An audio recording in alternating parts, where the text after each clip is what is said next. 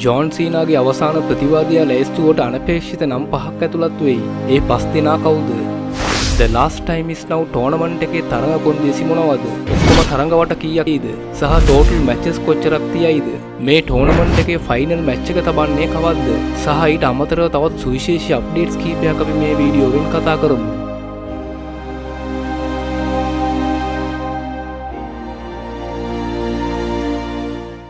පහුගිය සෙනසුරාදා පවත්වපු Saturday Night's main event එකේ ජෝන් සීනාගේ අවසන් ප්‍රතිවාදියා තීරණය කරන ආකාරය ගැන හෙළිදැක්වීමක් කරලා තිබුණා.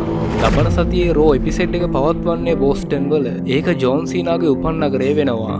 මේ රෝ එපිසෝඩ් එකෙන් The Last Time Is Now tournament එකත් ආරම්භ වෙනවා. මේ tournament එකට wrestlers-ලා 16 දෙනෙකුගෙන් සමන්විත වෙනවා. The Last Time Is Now tournament එකේ තරඟ පවත්වන ආකාරය කොහොමද සහ ඒ 16 දෙනා තෝරාගන්නේ කොහොමද කියලා බැලුවොත් මේ තරඟාවලිය සඳහා සහභාගී වන්නන් අහඹු ලෙස තෝරාගනු ලබනවා කියලා මූලික ලෙස WWE නිවේදනයක් නිකුත් කරලා තිබුණා. මේ නිසා ක්‍රීඩකයන් තෝරාපත් කර ගැනීමට ටම්බ්ලර් එකක් උපයෝගී කරගෙන තිබුණා.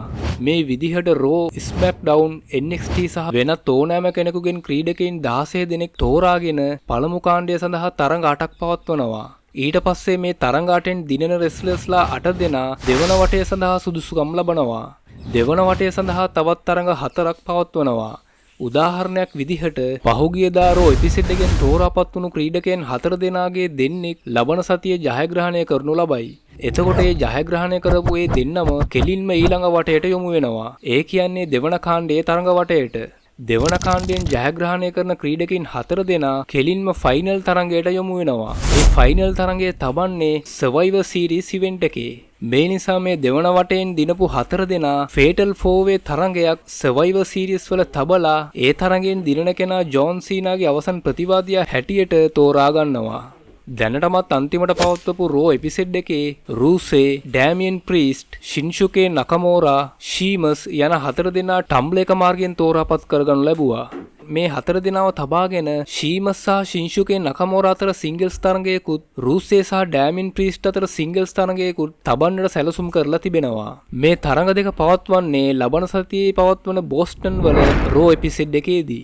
ඇඩම් ෆියස් මේ ගැන ඔෆිෂියලි පහුගිය රෝ එපිසෝඩ් එකේදී කියලා තිබුණු කාරණාව තමයි ඔහු මෙම රෙස්ලර්ස් 4 දෙනා තෝරාගත්තේ ටම්බ්ලර් එක උපයෝගී කරගෙන කියලත් ඉදිරි දවස්වල SmackDown බ්‍රෑන්ඩ් එකෙන් සහ NXT බ්‍රෑන්ඩ් එක මගිනුත් මේ වගේ රෙස්ලර්ස්ලා තෝරා ගනිවි කියලා. හැබැයි දැන් මේ අතරින් සර්ප්‍රයිස් එකට තියෙන කාරණාව තමයි WWE මල්ලෝ ප්‍රොමෝෂන් එකෙන් නැතුව එලියෙන් කවුරු තරඟ කරන්නට එයිද කියලා.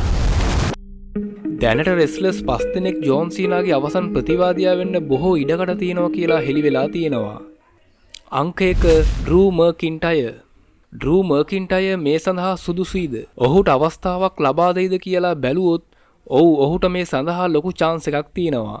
හේතුව ඔහු මේ දක්වා ජෝන් සීනාව කවදාවත්ම ෆේස් කරලා නැහැ. මර්කින්ටයර්ට පහුගිය කාලේ ඉඳන් WWE ඔහුට හොඳ අවස්ථාවක් ලබා දුන්නෙත් නැහැ. ඔහු මෑත කාලයේ කෝඩි රෝඩ්ස් සමග රයිවල්රි එකේ සිටියා. ඔහු අන්ඩිස්පියුටඩ් චැම්පියන්ෂිප් ටයිටල් එක දිනා ගන්නට ලොකු උත්සාහයක සිටියා. නමුත් එහිදී ඔහුට පරාජයටම තමයි මුහුණ දෙන්න සිදු වුණේ. මේ නිසාම පහුගිය දවස්වල මර්කින්ටයර්ට හොඳ අවස්ථාවක් WWE ලගෙන් ලැබුණේ නැහැ කියලා රසිකයන් කතා කරන්න පටන් ගත්තා.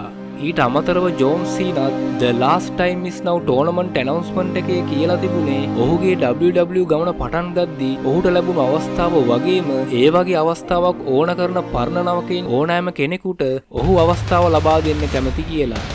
මේ නිසා දැනට WWE වල ඉහළට යන්න මාවතක් හොයාගෙන ඉන්න ඩ්‍රූ මර්කින්ටයර්ට මේ වගේ හොඳ ගෝල්ඩන් ඔපචුනිටි එකක් හම්බුණා නම් ඒක මර්කින්ටයර්ට හොඳ ටර්නින් පොයින්ට් එකක් වෙනවා. ඒ වගේම සීනාගේ පරමාර්ථයත් ඉෂ්ට වේවි. අංක 2 බ්‍රොන්සන් රීඩ්.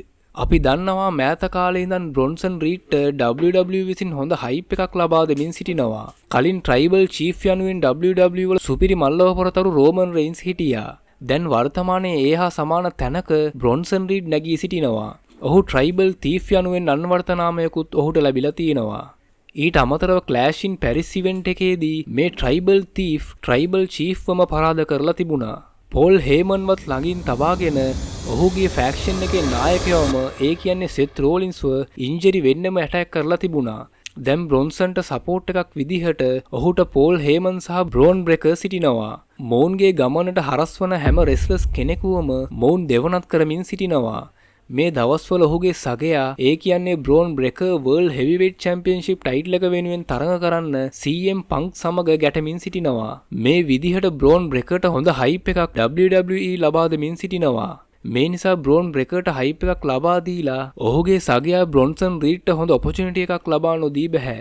මේ නිසා බ්‍රොන්සන් රීඩ්ට ජෝන් සීනා සමග තරඟ කරන්න අවස්ථාව ලබා දෙන්නට ලොකු ඉඩකඩක් තියෙනවා. අංක 3 LA Knight. ජෝන් සීනාගේ අන්තිම ප්‍රතිවාදියා වෙන්න පුළුවන් තවත් රෙස්ලර් කෙනෙක් තමයි LA Knight. ජෝන් සීනා කෝඩි රෝඩ්ස් සමග සටන් කරන කාලයේ LA Knight සමග විටින් විට ගනුදෙනු කරන්න අවස්ථාවන් උදා වෙලා තිබුණා. එකපාරක් ජෝන් සීනා රැන්ඩි ඕටන් සහ කෝඩි රෝඩ්ස් රින් එකේ ෆේස් ටු ෆේස් කතා කරමින් සිටියේදී එතනට LA Knight එනවා. ඔහු මූලිකවම එතනට එන්නේ එවලි අන්ඩිස්පියුටඩ් චැම්පියන් වෙලා හිටපු සීනාට චැලෙන්ජ් කරන්න. නමුත් එතනදී රැන්ඩි ඕටන් සහ කෝඩි රෝඩ්ස්ගේ ෆ්‍රෙන්ඩ්ෂිප් එක නිසා ජෝන් සීනා සහ LA Knight දෙන්නටම ටැග් ටීම් තරගයක් සෙල්ලම් කරන්න පමණයි ලැබුණේ. එතනින් පස්සේ LA Knightට ජෝන් සීනාව ෆේස් කරන්න හම්බ වුණේ නැහැ. LA Knight පහුගිය දවස්වල වර්ල්ඩ් හෙවිවෙයිට් චැම්පියන්ෂිප් ටයිටල් එක සඳහා සෙත් රෝලින් සහ දැන් වර්තමානයේ හෙවිවෙයිට් චැම්පියන් වෙලා සිටින CM Punk එක්ක ගැටෙමින් සිටිනවා.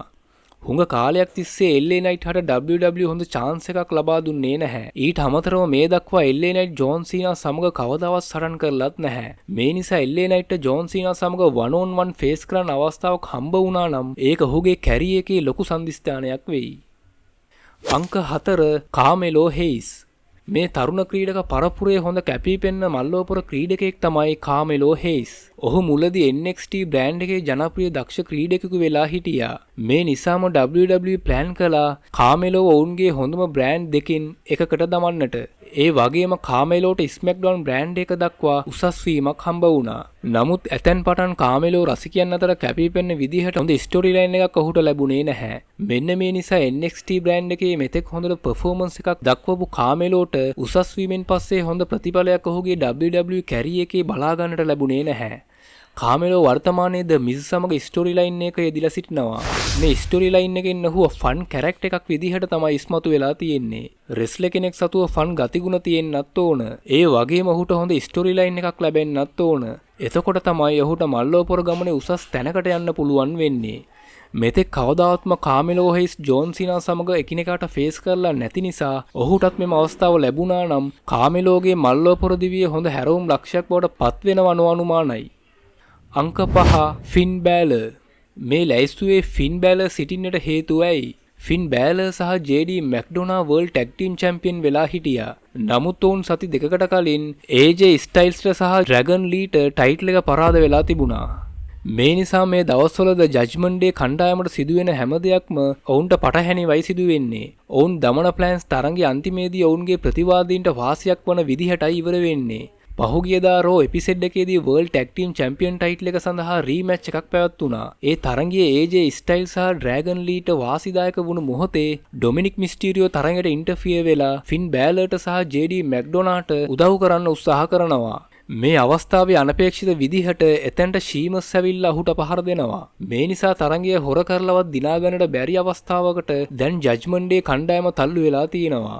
මේ නිසා මෙතනින් හොඳටම වැටහෙන කාරණාව තමයි ඉතා ඉක්මනින්ම ඉදිරි කාලවල මොකක් හරි හේතුවක් ඇති කරලා WWE ජජ්මන්ට් ඩේ කණ්ඩායම සුළු විසුළු කරයි. මෙතෙක් ටැග් ටීම් වෙලා හිටපු ෆින් බෑලර් සහ JD මැක්ඩොනාට නැවත සෝලෝ රෙස්ලර්ස් විදිහට ඒ කියන්නේ තනි තනිවම ක්‍රීඩා කරන්න සිද්ධ වෙයි. මේ වගේ ඉදිරි සැලසුම් තියෙන අවස්ථාවක ෆින් බෑලර්ට ජෝන් සීනා එක්ක තරඟ කරන්න අවස්ථාවක් හම්බ වුණා නම් ෆින් බෑලර්ගේ ඉදිරියේදී සිංගල්ස් ප්ලේයර් කෙනෙකු විදිහට සටන් කරන්න ඔහුට හොඳ පුෂ් එකක් වෙයි. ජාන් සීනාගේ The Last Time Is Now tournament announcement video පටයේ රෙස්ලර්ස්ලා 11 දෙනෙකු පෙන්වලා තිබුණා. ඒ 11 දෙනා තමයි The Miz, Rusev, Solo Sikoa, Sheamus, LA Knight, Drew McIntyre, Penta, Carmelo Hayes, Bronson Reed, Gunther, Dominic Mysterio වෙනවා. ඊට අමතරව සීනා ඔහු සිදු කළ පරණ ඓතිහාසික රයිවල්රිස් වල හිටපු ප්‍රතිවාදීන්වත් ආරාධනා කරලා තිබුණා. ඒ වගේම පරණ ජෙනරේෂන් එකේ වුණත් දැන් වර්තමාන අලුත් ජෙනරේෂන් එකේ වුණත් ඕනෑම ජෙනරේෂන් එකේ ඉන්න කෙනෙකුට මේ ටෝර්නමන්ට් එක සඳහා විවෘතව තියෙනවා. නමුත් මේ ඇනවුන්ස්මන්ට් එකේ බ්‍රෝන් බ්‍රෙකර් කොතැනකවත් සඳහන් වෙලා තිබුණේ නැහැ. එහෙම නැති වෙන්න මොකක් හරි හේතුවක් ඇති. ඒක WWE විසින් ඕනෑකමින් සිදු කරපු දෙයක් වෙන්නත් පුළුවන්. ඔයාලා හිතන්න පුළුවන් ඇයි ගුන්තරව මේ ලැයිස්තුවේ කිව්වේ නැත්තේ කියලා. ඒකට ලොකු හේතුවක් තියෙනවා. මොකද මේ දවස්වල ගුන්තර් සිටින්නේ ඉන්ජරි තත්වයක. ඔහු අන්තිම වරට සටන් කළේ සමස්ලෑම් වල CM පන්ක්ට එරෙහිව. ඒ සමස්ලෑම් වල පවත්වපු තරඟයේ මොකක්ද සිදු වුණේ කියලා බැලුවොත් ඒ තරඟයේ අවසානයේදී ගුන්තරගේ නහයෙන් ලේ එනවා බලා ගන්නට ලැබුණා. ඒ තරඟයේදී ඔහුගේ නහයට හොඳ පහරක් වැදුණු නිසා ඔහුට නාසයේ ඉන්ජරියකට ගොදුරු වෙන්නට සිදු වෙලා තියෙනවා. මේ නිසා ගුන්තරට සර්ජරි එකක් පවා සිදු කළා. දැනට වාර්තාවලට අනුව ගුන්තර් තවමත් ඔහුගේ ඉන්ජරියෙන් රිකවර් වෙමින් සිටිනවා කියලායි සඳහන් වෙලා තියෙන්නේ. ඒ නිසා අපිට වැටහෙන දේ තමයි තවමත් ගුන්තර් ඔහුගේ ඉන්ජරියෙන් සුවයට පත් වෙලා නැති නිසා මේ වගේ සිටුේෂන් එකක ගුන්තරගේ රිටර්න් එක ළඟදි සිදු වෙයි කියලා බලාපොරොත්තු වෙන්නට බෑ. හැබැයි පහුගිය කාලේ හුඟක් රසිකයන් කතා වුණා ගුන්තරගේ රිටර්න් එක ඉතාමත් ඉක්මනින්ම සිදු වෙයි කියලත් ඔහු ඇවිල්ලා ජොන් සීනාගේ අන්තිම ප්‍රතිවාදියා වෙයි කියලත්. නමුත් දැන් ගුන්තරගේ සෞඛ්‍ය තත්ත්වය අනුව මෙවැනි දෙයක් වෙයිද නැද්ද කියලා ෂුවර් කරන්න අපහසුයි. ගුන්තරගේ ඉන්ජරි තත්ත්වය ගැන ප්‍රබල වින්ස් රුසෝ මෙහෙම ප්‍රකාශ කරලා තිබුණා. මම කියන්නේ මේකයි. රොබර්ට් එයාලා එහෙම කරන්න යනවා නම් අපිට දැන් ගුන්තර් රිකවරි වෙන වීඩියෝ බලන්න පුළුවන් වෙන්න ඕන. අපිට එයාව ජිම් එකේදීවත් දැක ගන්නට පුළුවන් වෙන්න ඕන. සහෝදරයා මට මැක්ව කවදාවත් අමතක වෙන්නේ නැහැ. චාර්ලට් රොයල් රම්බල් ඉවෙන්ට් එකට කලින් ඉන්ජරි වෙලා හිටියා. රොයල් රම්බල් එකට ආපහු එන්න කලින් එයා එයාගේම සෞඛ්‍ය තත්ත්වය හොඳ අතට හැරෙමින් තිබෙනවා කියලා වීඩියෝ දාලා තිබුණා. නමුත් ගුන්තරගේ පැත්තෙන් මේ වගේ කිසිම දෙයක් වෙන්නේ නැහැ. ඉතින් WWE ගුන්තර් ගැන සැලසුම් කරනවා නම් එයාලා දැන් මේ කාලය නාස්ති කරනවා. ඔහු මේ විදිහට කරුණු දක්වලා තිබුණා. ඉතින් යහළුවනේ මේ වගේ සිටුේෂන් එකක් තියෙද්දී ජොන් සීනාගේ අන්තිම ප්‍රතිවාදියා කවුද කියලා සහ ලාස්ට් ටයිම් ඉස් නව් ටෝර්නමන්ට් එක ගැන ඔයාලගේ අදහස් කමෙන්ට් කරන්න. එහෙනම් අපි තවත් හොඳ අප්ඩේට් එකකින් හමු වෙමු. ඔබ සැමට සුබ දවසක්.